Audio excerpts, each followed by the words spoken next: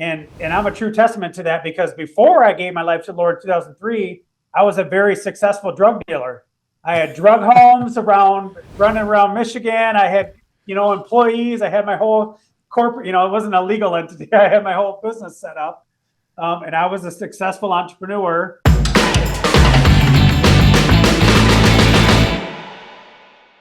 How'd you get started with this kind of business? Well, one of my sayings that I love is how God takes our pain and turns it into purpose. I had bought my wife an RV for our 10-year wedding anniversary. And long story short, she wasn't as excited as I was about it. My story, it's funny because my wife just taught this class for entrepreneurial wives the other day, and I realized, oh, my story is a little different than her version. In my version, we were at the campground for like 10 minutes, and then she got in the car and went home. In her version, which is probably the reality of what happened, she was at the campground for 2 days and then went home. But regardless, 10 minutes, 2 days, she was not digging it. She went home. And so I thought, man, I've got this RV sitting here doing nothing. So I threw it up on Craigslist, and within a couple hours, people started inquiring, and my entrepreneurial brain, kicked right into gear. And I thought, oh, this is a business. And, here we are. That was in 2016. Now we've got just about 40 locations around the country. Just to clarify, our goal is 100 by the end of this year. And we have hundreds of RVs under management.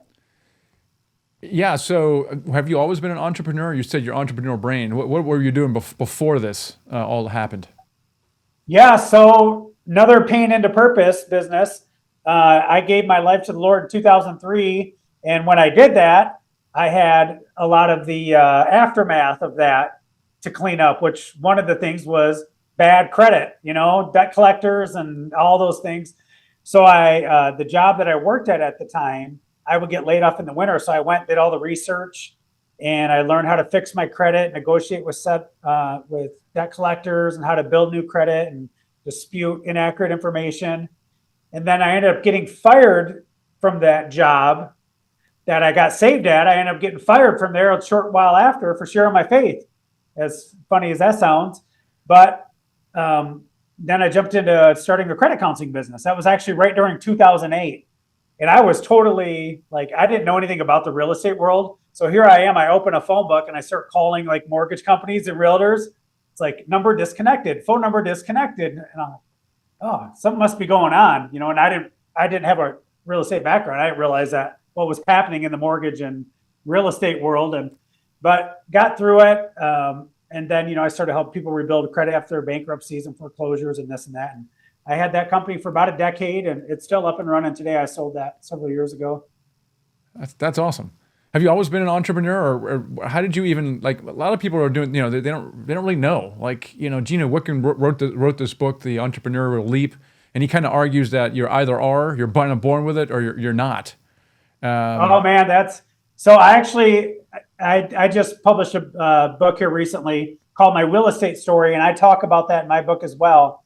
I'm a firm believer that you're born an entrepreneur or you're not, and in the scripture that I have to back it up with is the gifts and callings of God are without repentance, that God puts certain gifts inside of us from the day that we're born, before we're born.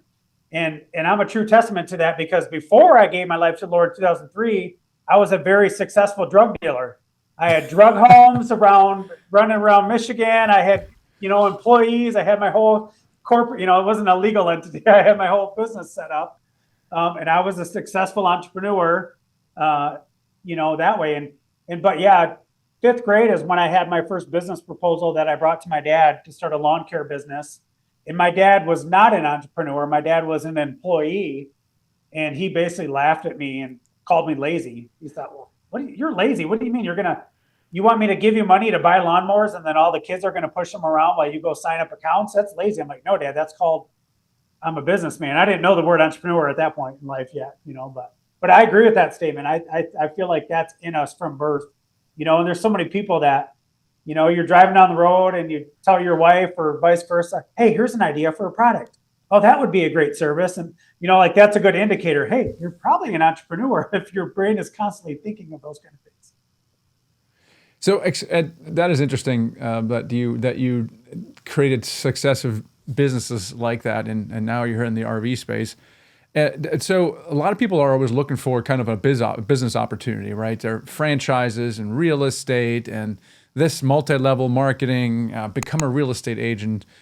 Explain the biz op really for people who I mean, I'm curious what it looks like, right? So I want to get into this thing. I think it's a great idea. I don't have to buy the RV. That can be very expensive. I just approached an existing home RV owner and basically, look, I'm going to manage this to you. We're going to split the revenue a little bit. You're going to pay me a little bit. Like, what is that? What does the opportunity look like? Yeah, so it really is that simple. And that's one of the things I love about the franchise world, which I was very resistant into becoming a franchise at first because it's a very long process, costs you six figures, there's hundreds of pages of documents, it's regulated by the FTC. But now that I've been doing this for several years, I shot a video on this the other day. I thought, man, people literally go to college and they'll drop $50,000 on a business degree taught by a professor who may have never even owned a business. And then after that, you've got your degree and you're set loose to the wolves, right? In the franchise world, it's literally regulated by the Federal Trade Commission. I have to do annual reports of if a franchise failed, why did it fail? What are my numbers? How do my books look? So that's one of the beautiful things about a business opportunity franchise. It's like you're literally purchasing into a proven system. Like you're literally cutting a check for almost guaranteed success. I mean, the reason you would fail is if you just didn't do the steps, and that's what I love. So we have what's called the Fireside Fast Track Framework for our franchisees. At the 8-module course they log into, and there's videos and checklists, and we have the coaching and the mentoring, and that to me really, what I feel is the biggest ingredient if you want to be a successful entrepreneur. So many people get an idea and then they just go start something from scratch. You don't have to do that nowadays. Like there is models and mentors out there where literally you can learn 20 years of somebody's ups and downs in 30 days. I mean, it's just so beautiful. So, I just did a franchise expo a couple weeks ago. It was my first one I ever did. And I was the first booth in there. And everybody that came in, I'm like, hey, go buy a business. Go buy a bit. Like, I didn't care if they bought mine or not. I'm like, go buy a business because this is literally, you're purchasing a proven model, nationwide branding, federally trademarked. It's just like, it's a no-brainer. Instead of trying to start something from scratch and having to figure out a business name or a logo, you could spend 3 months just doing that. What do you think are the biggest risks of this business model?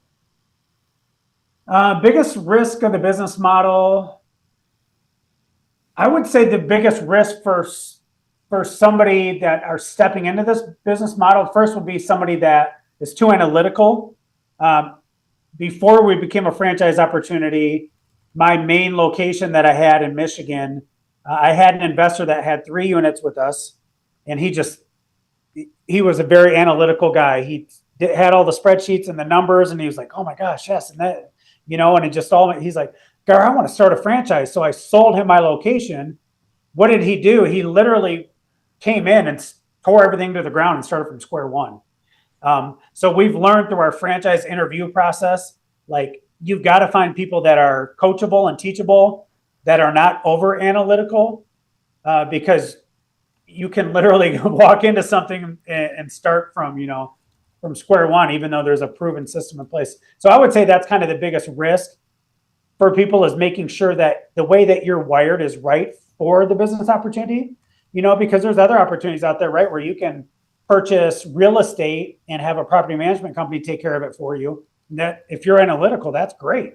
Like you can sit and analyze the deal and run all the numbers and you're like, perfect, I'm going to execute and buy this property. This management company is going to do all the day-to-day. And it's great. It's just a numbers game at that point.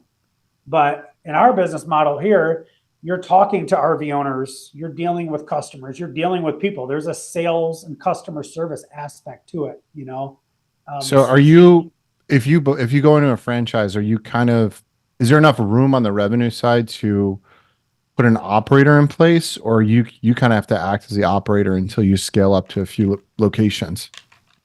No, you could definitely put an operator in place. Most of our franchisees, they are owner operators. That's just kind of how it's unfolded. And most of our franchisees, up to about a year ago, they were literally people in the RV space, like that we found in social media, like they're renting their RV. There's a website called RV Share which is kind of like the Airbnb of this industry. So they're renting their RV on RV Share. They see the money, and then they find us on one of our Facebook groups, and then they, join into the Fireside family. But the last year, with the different marketing we've been doing, we're bringing people aboard that are more seasoned entrepreneurs. They've owned franchises, this and that. So they are plugging right in, and they're doing exactly what you said, throwing an operator in place. They're managing the operator. So you can definitely do either side of the business if you want.